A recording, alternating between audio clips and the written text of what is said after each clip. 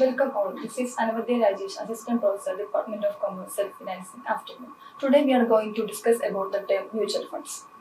In this section, we are going to discuss about meaning, features, classification, constitution, SEBI guideline, and advantages and limitations of mutual fund.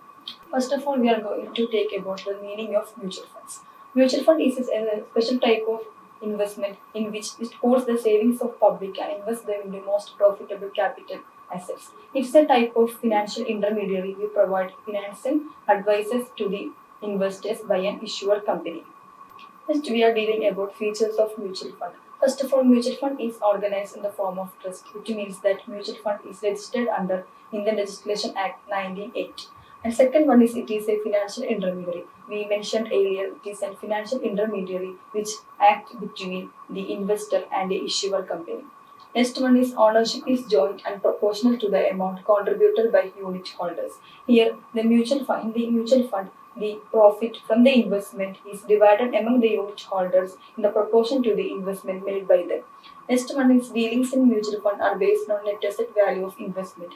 The mutual fund schemes are based on net asset value, which means the present value of the investment. All the dealings related to mutual funds are based on net asset value. The formula for computing net asset value is equal to net holdings of a company divided by number of shares outstanding.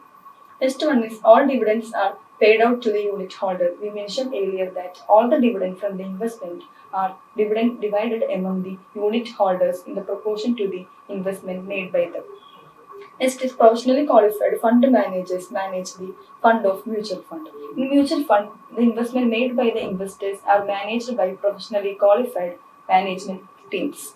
Next one is classification of mutual fund. The important classification of mutual funds are open-ended scheme and closed-ended scheme. First one is open-ended scheme. SEBI defines an open-ended scheme as a fund which is offering unit for sale which does not specify any duration for redemption or repurchase of unit. In open-ended schemes, the mutual fund scheme offer the redemption or repurchase of the unit at any time the investor want. Here in open purchase schemes, the investors can make repurchase or redemption of mutual fund at any time they need. Next one is closed-ended scheme. In closed-ended scheme, which is opposite to the open-ended scheme, which means that the mutual funds is redeemed or repurchased at only the specified date of period. It means the scheme which has a fixed redemption period about 10 to 15 years. In closed-ended schemes, the mutual fund offer the redemption or repurchase only at a specified period.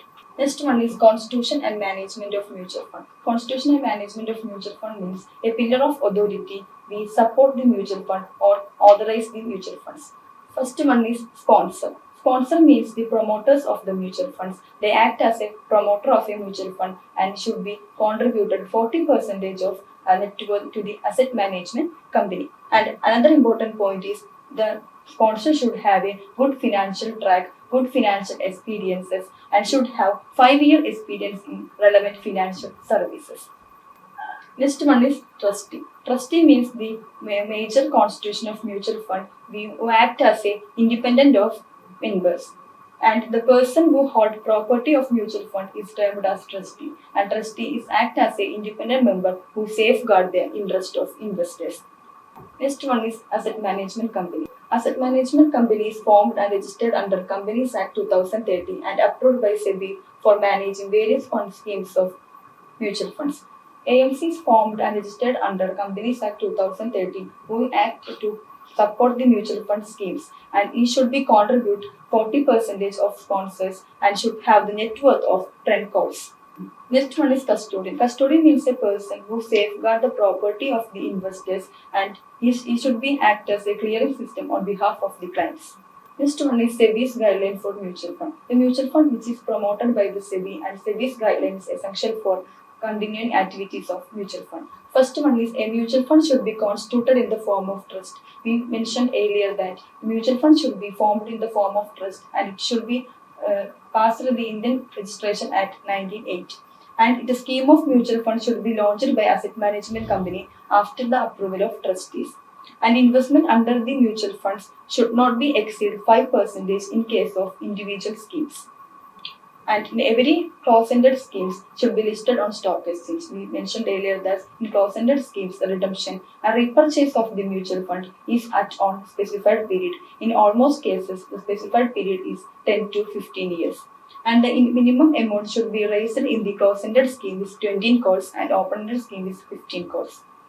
And the mutual fund should be maintained proper book of accounts as prescribed by SEBI. And SEBI is empowered to appoint an auditor to investigate the book of accounts. Next one is advantages of mutual fund. Those are the advantages of mutual fund. First one is reduced risk. We know that the mutual fund schemes invested their schemes only in the blue chip companies. So the investors have reduces risk when compared to other investment.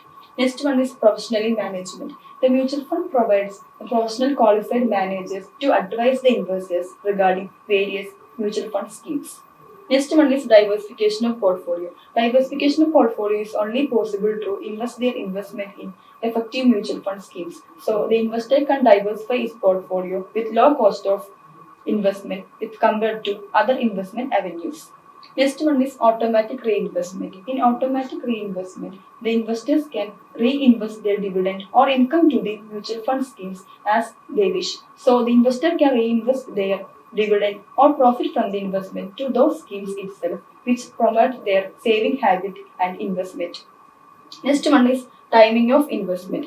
In mutual fund schemes, the timing of investment are clearly mentioned. The investors can make their investment appropriate to their investment habits.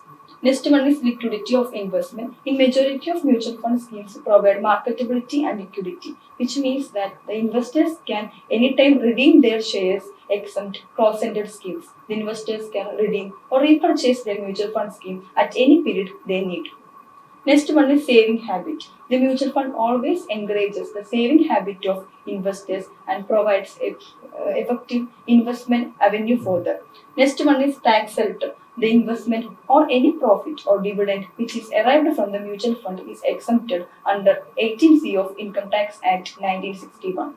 Next we deals on limitations of mutual fund. First one is market risk. Mutual funds are always under the market risk. So the investors can expect unexpected losses. Next one is returns not guaranteed. In mutual fund, the returns not guaranteed by the investment. So the investors cannot get the return as they expected. Next one is high cost. For dealing investment, for example, for purchasing the mutual fund schemes or selling the mutual fund scheme, there are certain brokerages is applicable. So high cost is applicable in mutual fund schemes, which is create a burden on the investors. Next one is no control over investment decision. As I mentioned earlier, in mutual fund schemes, all the major investment decisions are made by the investor itself. So the professionally qualified managers advise the investors regarding the investment made by them. So the investor cannot have a direct access over their investment decisions. Next one is lock-in period. In majority of mutual fund schemes, redemption or repurchase is made on at any time. But in case of closed-ended schemes, redemption or repurchase is made only certain period. In certain investment or in certain mutual fund schemes, the lock-in period is specified, which is create burden to the investors. Next one is over diversification. Always over diversification of portfolio create risk among the investors. So over diversification is a burden to the investors in their investment avenues. We can conclude that mutual fund is a investment which pulls the savings from the public and invests into most capitable avenues. It acts as a financial intermediary between issuer and a investor. The classification of mutual funds are open-ended schemes and closed-ended schemes. In open-ended schemes, the investor can make investment at any time they want. But in closed-ended scheme, the repurchase or redemption of mutual fund is only at a specified period of time. Almost cases it is 10 to 15 years. And the SEBI guidelines for mutual funds are mutual funds should be formed in the form of trust as Indian Registration Act 1908, and it should be schemes their mutual fund should be formed by the asset management company after the approval of trustees, and all the mutual fund should maintain proper books of account as per the SEBI, and SEBI have the power to appoint an auditor to investigate the book of accounts. The major advantages of mutual fund are it reduces risk and it provides diversification of portfolios and professional qualified advice. And the major disadvantages of the mutual fund are it is market risk and returns is not guaranteed. Okay, thank you.